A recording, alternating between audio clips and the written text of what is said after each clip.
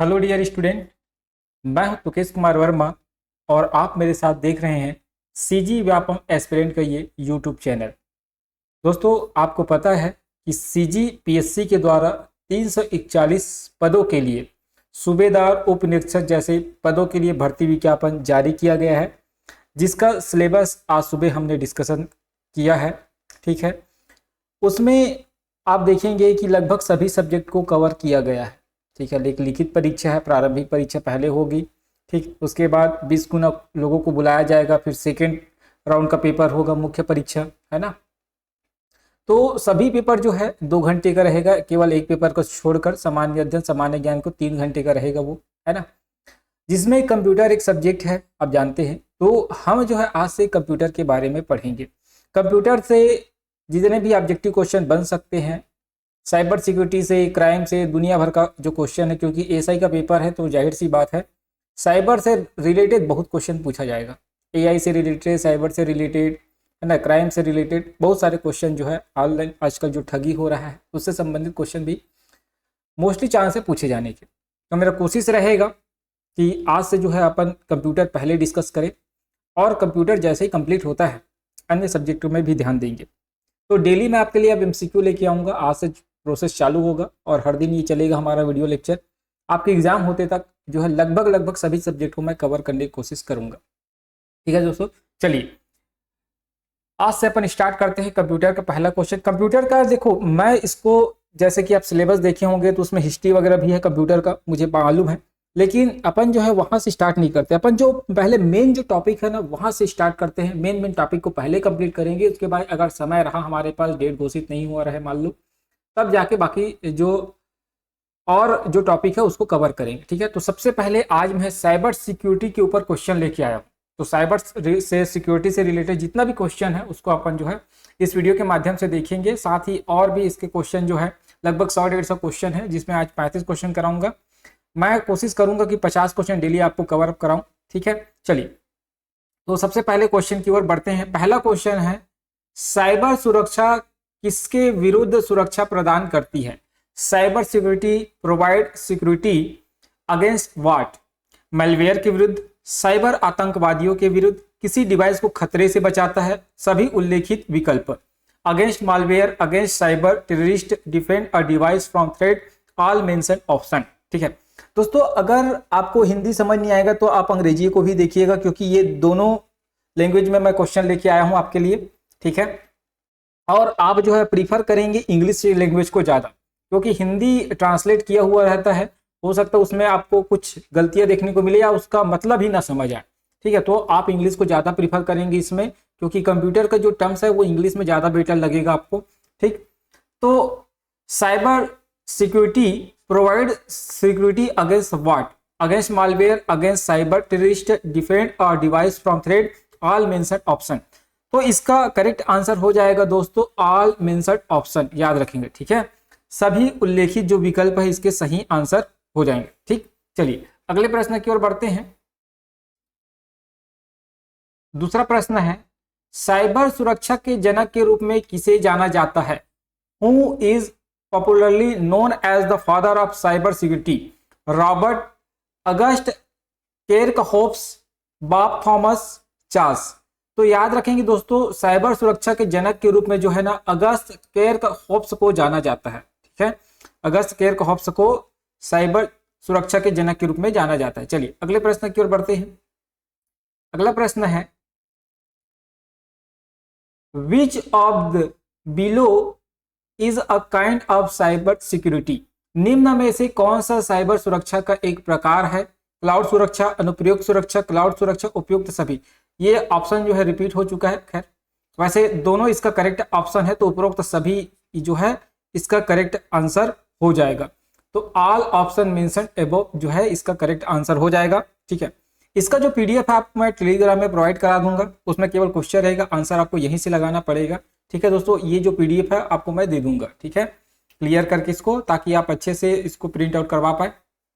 चलिए अगले क्वेश्चन की ओर बढ़ते हैं। निम्नलिखित में से कौन सा साइबर अपराध नहीं है? Which of the below does not the constitute a cyber crime? ठीक, ऑप्शन है आपके पास सेवा से इनकार, रिफ्यूजल ऑफ सर्विस, बीच में आदमी, man in the middle, fishing और एईएस, फिशिंग और एईएस। तो साइबर अपराध नहीं है ना, ये पूछा गया है। तो एईएस जो है साइबर अपराध नहीं है। देखो सेवा से इनकार जो है, जिसको डिनाइल ऑफ सर्विस भी बोलते हैं, ये जो है साइबर अपराध है। बीच में आदमी है ना, कोई जो आदमी आपको कॉल वगैरह जो करता है, आपसे लूट वगैरह की बात करता है कंप्यूटर के माध्यम से, तो ये जो है ये भी साइबर का ही एक क्राइम है, साइबर अपराध है। फिशिंग तो साइबर अपराध है ही, आप जानते हैं। एईएस के बारे में बात करते हैं। तो एईएस होता क्या है? एईएस का मतलब होता है एडवांस इंक्रिप्शन स्टैंडर्ड, है ना, एडवांस इंक्रिप्शन स्टैंडर्ड, ठीक है।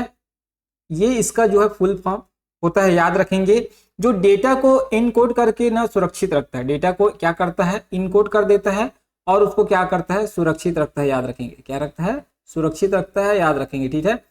इतना बातें आपको ध्यान रखना है। चलिए अगले प्रश्न की ओर बढ़ते हैं।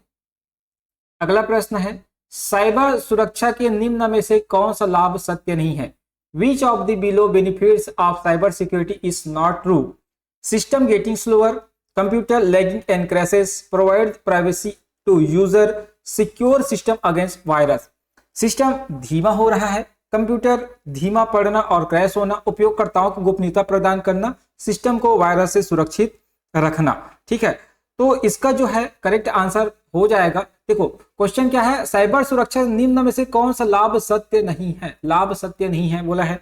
तो साइबर सुरक्षा से क्या होता है? कंप्यूटर धीमा पड़ना और क्रैश होना, ये साइबर सुरक्षा, उपयोगकर्ता गोपनीयता प्रदान करना, ये सब जो है क्या है आपका? साइबर अगर गोपनीयता प्रदान करता है, ये साइबर सुरक्षा है, ठीक है। कंप्यूटर क्रैश होना है ना, उसको बचाना, ये साइबर सुरक्षा है। सिस्टम धीमा हो रहा है, ये जो है लाभ नहीं है। तो ए जो है इसका करेक्ट आंसर हो जाएगा। सिस्टम गेटिंग स्लोअर जो है इसका करेक्ट आंसर हो जाएगा। चलिए अगले प्रश्न की ओर बढ़ते हैं। अगला प्रश्न है, साइबर स्पेस शब्द किसने दिया या किसने गढ़ा?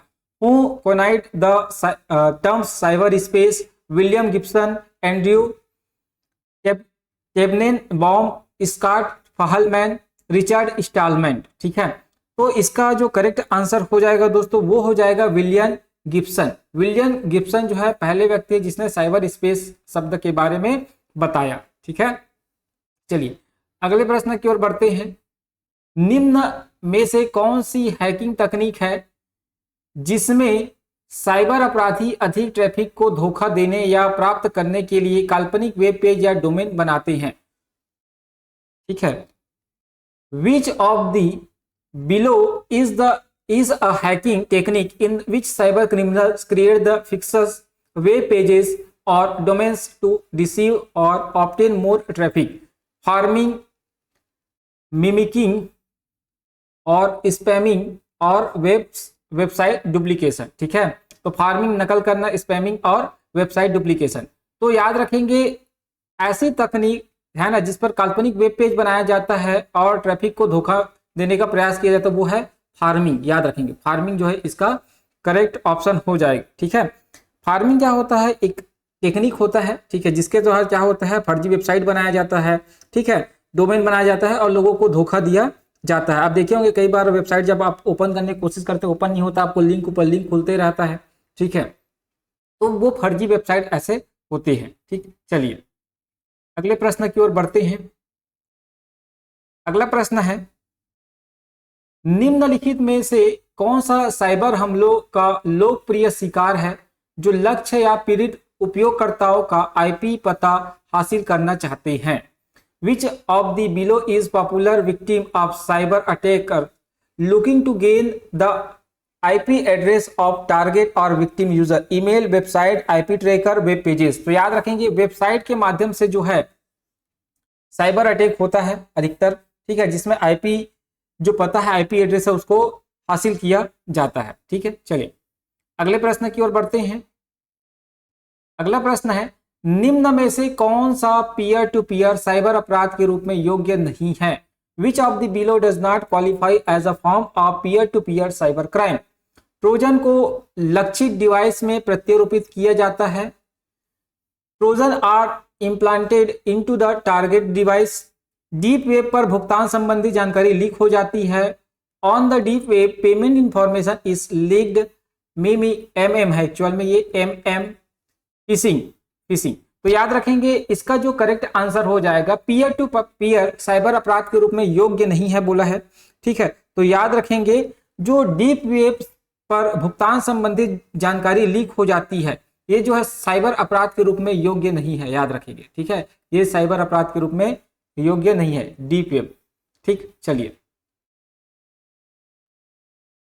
अगले प्रश्न की ओर बढ़ते हैं। अगला प्रश्न है, किसी सिस्टम या नेटवर्क को नुकसान पहुंचाने, भ्रष्ट करने या धमकी देने के कृत्य को निम्न में से किस रूप में वर्णित किया जाता है? डिजिटल अपराध, धमकियां, सिस्टम अपहरण, साइबर हमला। An act to injure, corrupt, the threaten a system or network is characterized as which of the below? Digital crime, threat, system hijacking, cyber attack। तो याद रखेंगे इसका जो करेक्ट आंसर हो जाएगा वो हो जाएगा साइबर अटैक। ठीक है, साइबर अटैक जो है इसका करेक्ट आंसर हो जाएगा। चलिए अगले प्रश्न की ओर बढ़ते हैं। किसी कंपनी या एजेंसी की आईटी सुरक्षा का प्रबंधन और रखरखाव किसके द्वारा किया जाता है? एनी कंपनी और agency IT protection is manage and maintained by software सुरक्षा विशेषज्ञ, संगठन के सीईओ, सुरक्षा लेखा परीक्षक, आईटी सुरक्षा engineer. Software security specialist, CEO of the organization, security auditor, IT security engineer.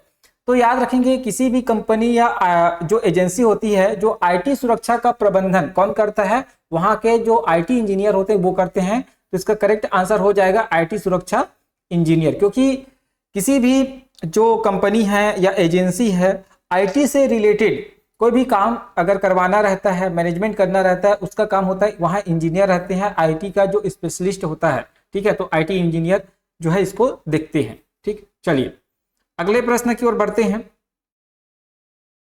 अगला प्रश्न, निम्न में से कौन सा इंटरनेट धोखाधड़ी है जिसमें साइबर अपराधियों द्वारा उपभोक्ता को व्यक्तिगत डेटा प्रकट करने के लिए डिजिटल रूप से राजी किया जाता है? ठीक है, मतलब इंटरनेट के माध्यम से आपको कॉल वगैरह किया जाता है, फिर व्यक्तिगत डेटा प्रकट मतलब आपसे पूछा जाता है ना, और आप उसके बातों में आ जाते हो। उसी से रिलेटेड प्रश्न है। Which of the below is an internet fraud in which a consumer is digitally pursued to reveal personal data by cyber criminal? MITM हमला, फिशिंग हमला, वेबसाइट पर हमला, DOS हमला। तो याद रखेंगे फिशिंग हमला। फिशिंग का मतलब होता है छुपकर अपना जो जानकारी है, जो सामने वाला व्यक्ति है अपने बारे में आपको कुछ नहीं बताएगा, लेकिन आपसे सब जानकारी ले लेता है। फिशिंग से याद रखेंगे जैसे मछली पकड़ते हैं ना छुपकर। ठीक है, क्योंकि अपन जो चारा डालते हैं फिर मछली जो आके खाती, तो फिशिंग छुपकर, ऐसा आप याद रख सकते हैं फिशिंग। ठीक है, चलिए अगले प्रश्न की ओर बढ़ते हैं। नीचे दिए गए सुरक्षा इंक्रिप्शन मानकों में से कौन सा सबसे कमजोर है? Which of the below security encryption standard is the weakest? आपके पास ऑप्शन है, 4 ऑप्शन है, WPA3, WPA2, WPA और WEP। ठीक है, तो याद रखेंगे जो अगर बात करें सुरक्षा इंक्रिप्शन में सबसे कमजोर होता है वो होता है WEP होता है। WEP का फुल फॉर्म होता है वायर्ड इक्विवेलेंट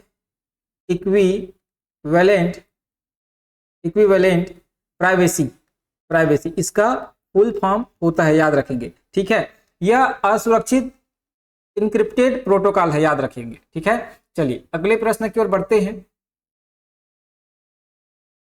अगला प्रश्न है, नीचे दिए गए उपायों में से कौन सा डेटा लीक के जोखिम को कम करने में मदद करता है? Which of the below measures can help reduce the risk of data leakage? Steganography, choreography, cryptography, प्रमाणीकरण। तो याद रखेंगे दोस्तों जो डाटा लीक को की जोखिम को कम करता है वो है स्टेगनोग्राफी, है ना। स्टेगनोग्राफी जो है डाटा लीकेज को कम करता है, याद रखेंगे।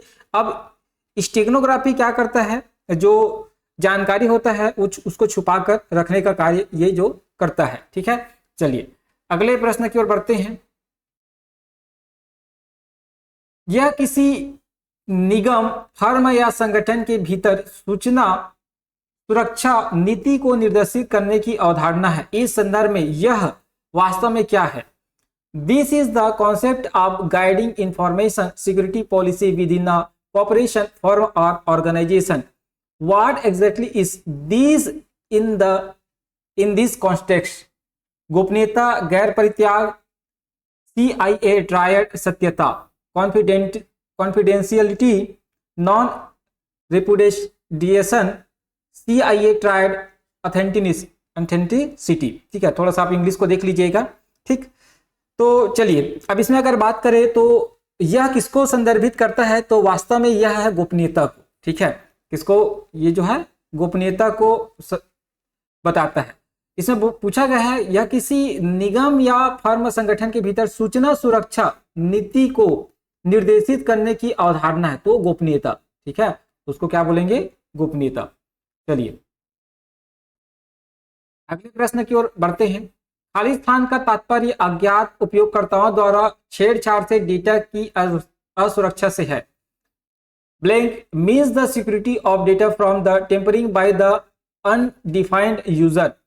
गोपनीयता, अखंडता, प्रमाणीकरण, गैर त्याग। ठीक है, तो याद रखेंगे इसका जो करेक्ट आंसर हो जाएगा वो हो जाएगा अखंडता, इंटीग्रिटी। इंटीग्रिटी जो है इसका करेक्ट आंसर हो जाएगा। मतलब अखंडता का तात्पर्य अज्ञात उपयोगकर्ताओं द्वारा छेड़छाड़ से डेटा की असुरक्षा है ना। इंटीग्रिटी का मतलब, integrity means the security of data from tampering by undefined user. ठीक, चलिए अगले प्रश्न की ओर बढ़ते हैं। अगला प्रश्न है, नीचे दिए गए कार्यान्वयन में से कौन सा गोपनीयता की सुरक्षा का अच्छा साधन नहीं है? गोपनीयता की सुरक्षा का अच्छा साधन नहीं है। Which of the below implemented is not a good means of safeguarding privacy?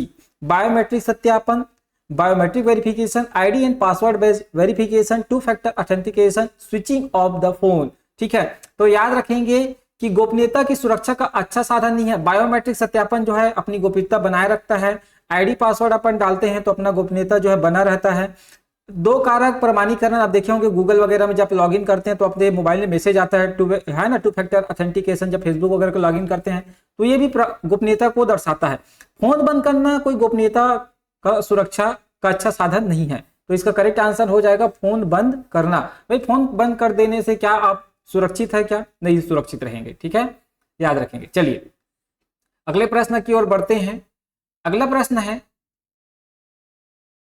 जब खाली स्थान और खाली स्थान डेटा के प्रभारी होते हैं तो डेटा की अखंडता खतरे में पड़ जाती है। When blank and blank are in charge of data, the integrity of the data is imperiled।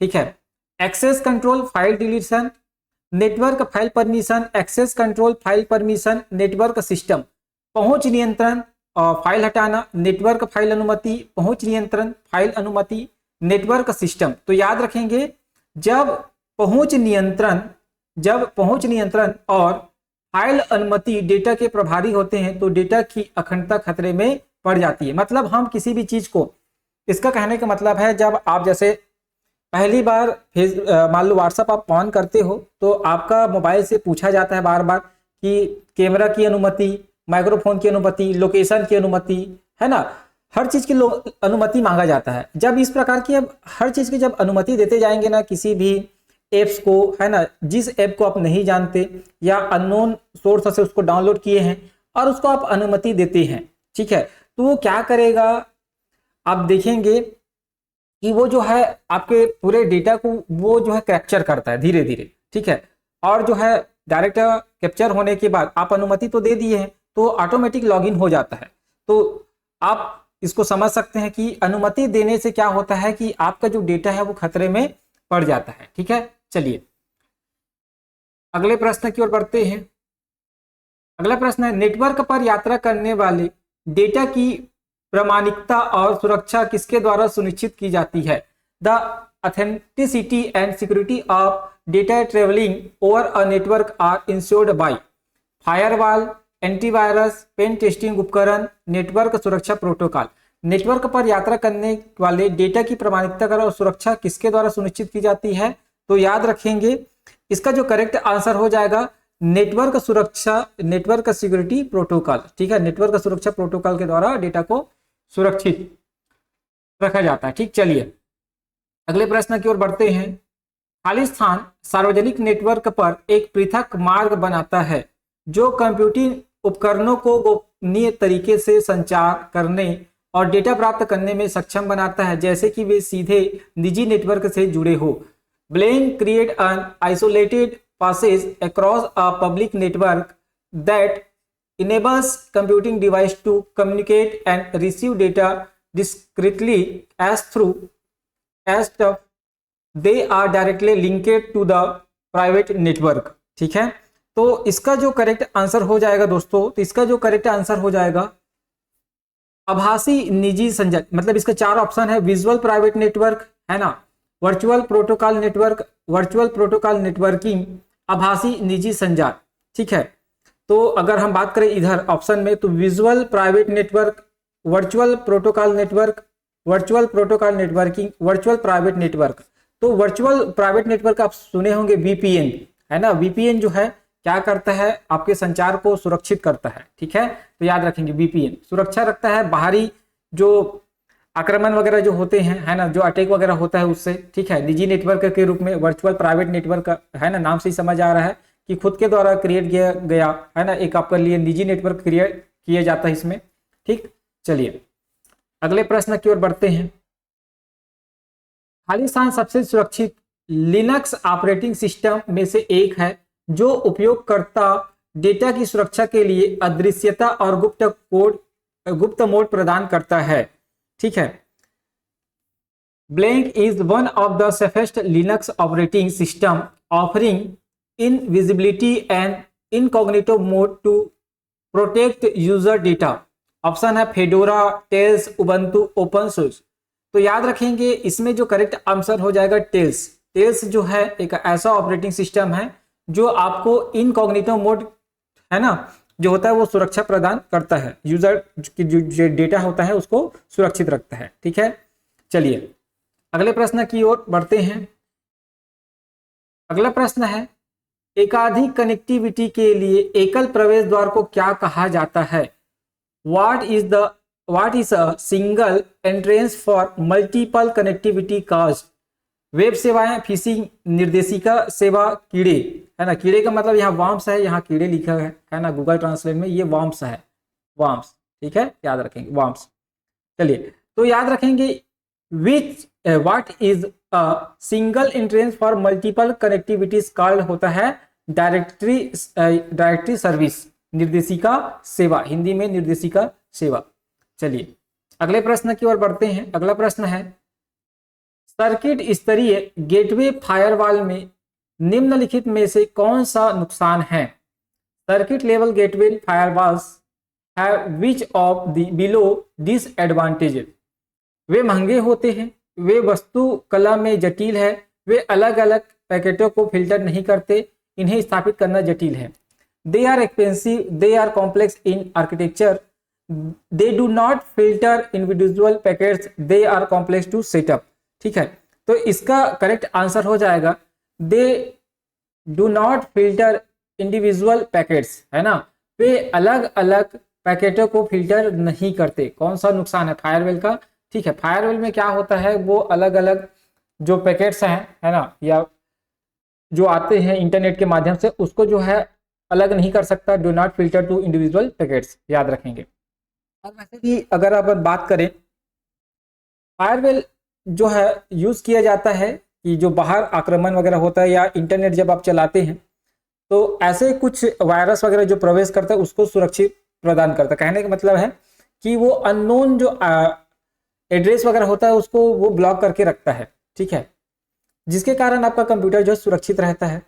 ठीक, अगर वायरस एंटीवायरस की बात करें तो वो भी क्या करता है, उसी वायरस से सुरक्षा प्रदान करता है जो ऑलरेडी उसमें प्रोग्राम है।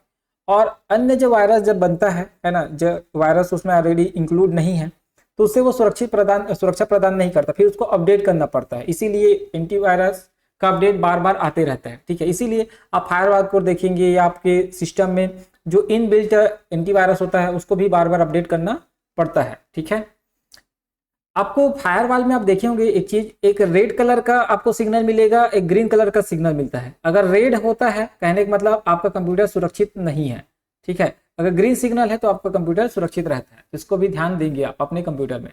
चलिए अगले प्रश्न की ओर बढ़ते हैं। अगला प्रश्न है, एथिकल हैकिंग का प्रारंभिक चरण क्या है? The initial phase of ethical hacking is DNS विषाक्तता, डीएनएस पॉइजनिंग, पद चिन्ह फुटप्रिंटिंग, एआरपी विषाक्त, एआरपी पॉइजनिंग, गणना, इन्यूमरेशन, ठीक है। तो याद रखेंगे दोस्तों एथिकल हैकिंग का प्रारंभिक चरण क्या है। तो एथिकल हैकिंग का जो प्रारंभिक चरण होता है वो होता है फुट प्रिंटिंग, है ना, फुट प्रिंटिंग, ठीक है, याद रखेंगे। चलिए अगले प्रश्न की ओर बढ़ते हैं। अगला प्रश्न है, निम्नलिखित में से किसे कंप्यूटर खतरे के प्रकार के रूप में वर्गीकृत किया जा सकता है? Which of the below can be classified as a type of computer threat? DoS attack, phishing, प्रार्थना, ए और सी दोनों, DoS attack, phishing, soliciting, both A and C, याद रखेंगे।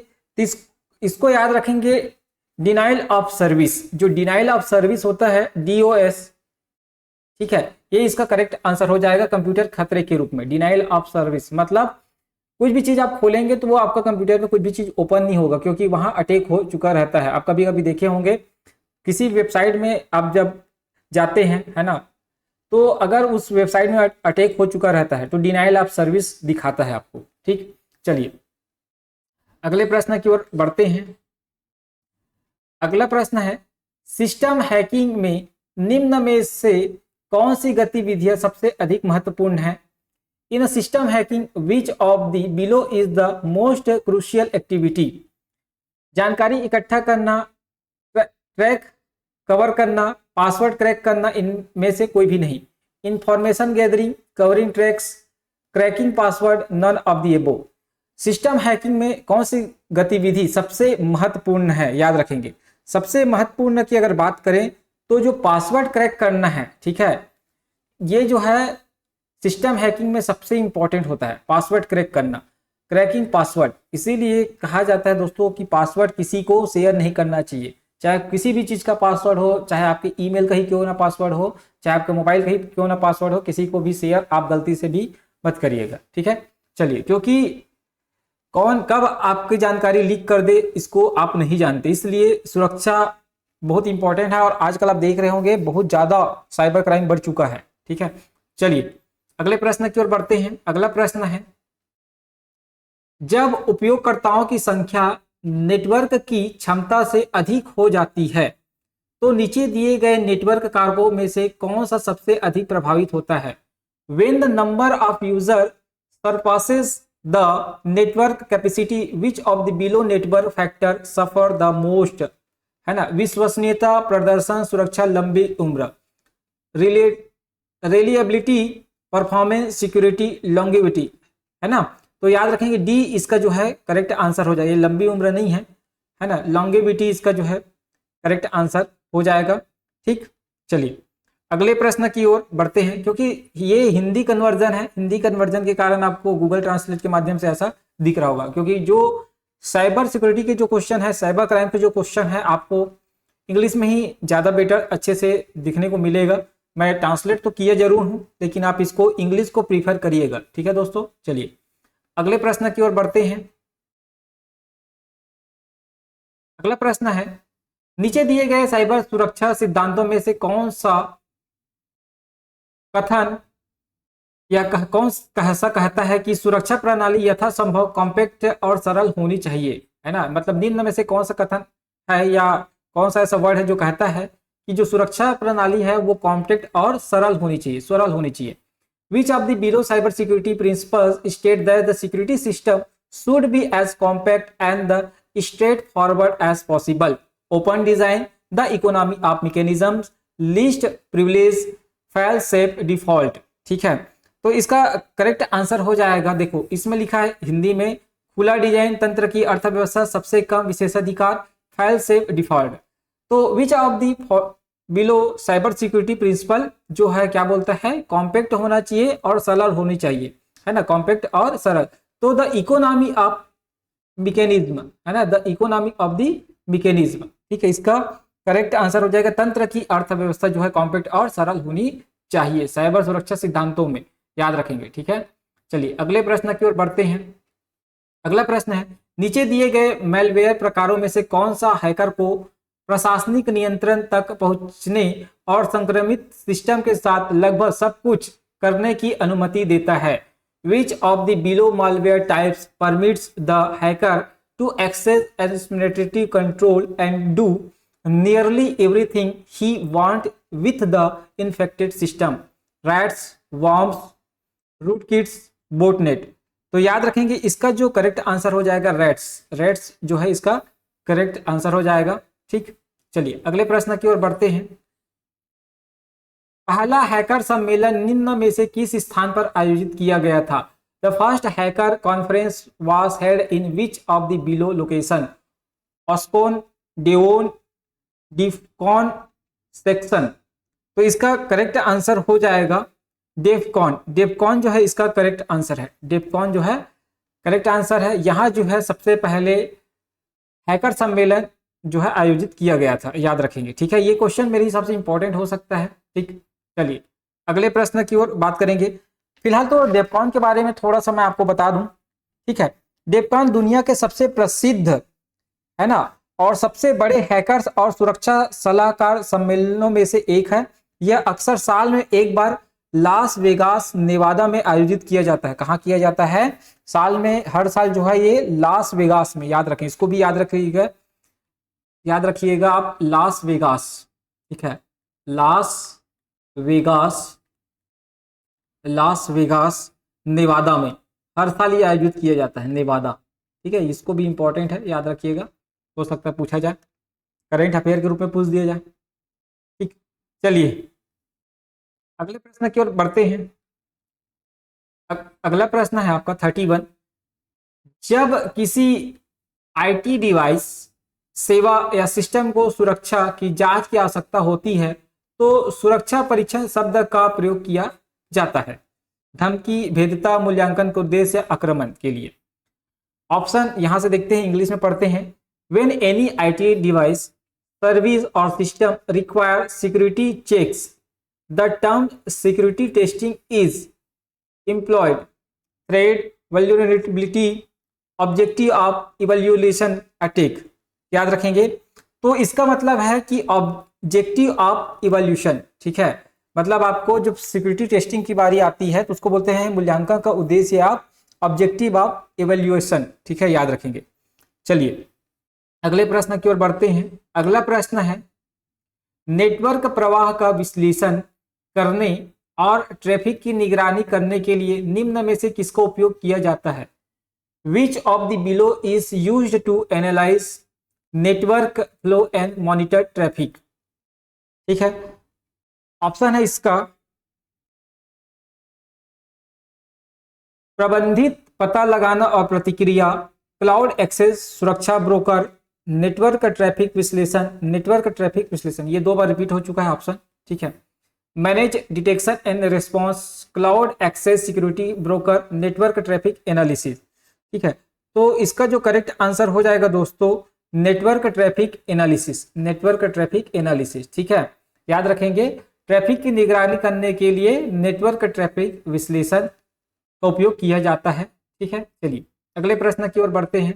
अगला प्रश्न है, निम्न में से कौन सी विधि सभी सुरक्षा उपायों को दरकिनार करते हुए कंप्यूटर प्रोग्राम या संपूर्ण कंप्यूटर सिस्टम तक पहुंच प्राप्त करने की विधि है? मतलब सभी चीज को तोड़कर जितना भी सुरक्षा आप लगा कर रखें, सभी चीज को हटाकर जो है आपके कंप्यूटर तक पहुंच जाता है, कौन सी विधि है? पीछे का दरवाजा, मुखौटा धारण कर लिया, फिशिंग, ट्रोजन हॉर्स।